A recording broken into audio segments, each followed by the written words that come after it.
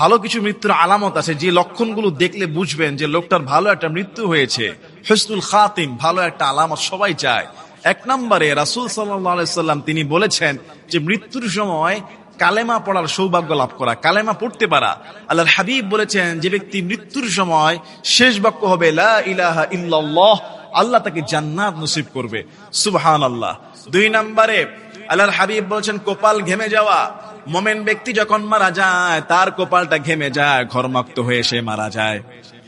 কপাল ঘেমে যাওয়া ভালো মৃত্যুর আলামত। তিন নম্বরে জুমার দিনে বা জুমার রাতে মারা যাওয়া।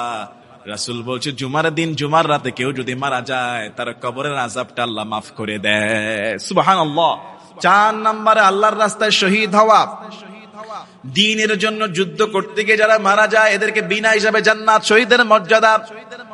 পাঁচ নম্বরে প্লেগ রোগে যদি কেউ মারা যায়, আর যদি সে সবর রাখে, প্লেগের আযাবে যদি কোনো মুমিন সবর রাখে, ধৈর্য ধারণ করে, আল্লাহ তাকে শহীদের মর্যাদা দান করবে। পেটের অসুখে কেউ যদি মারা যায় আল্লাহ তাকেও শহীদের মর্যাদা দান করে দিবে। সুবহানাল্লাহ।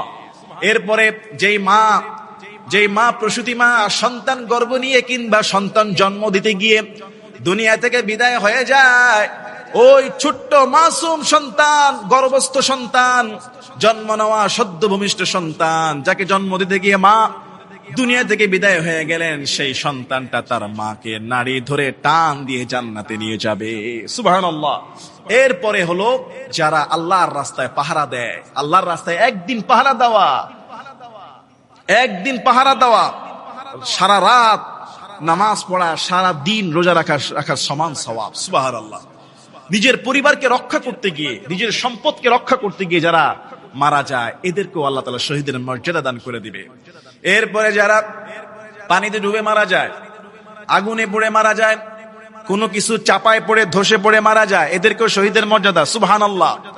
ভালো এই মৃত্যুর আলামত গুলো, আমাদের ভালো একটা মৃত্যু, শহীদের মৃত্যু আমরা কে না চাই।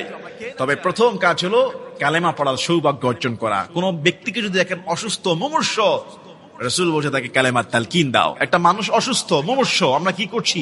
হসপিটালে গিয়ে তার সঙ্গে সেলফি তোলে, তাকে নিয়ে হাবিজাবি অনেক কথা, কেউ কেউ তো জায়গা জমিনের হিসাব বসায় দেয়।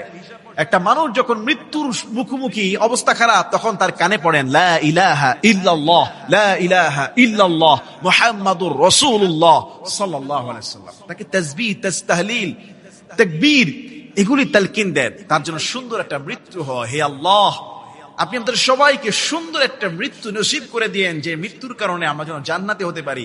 শহীদি মর্যাদা, শহীদি মৃত্যু দান করে দিয়েন। আল্লাহুম্মা আমিন।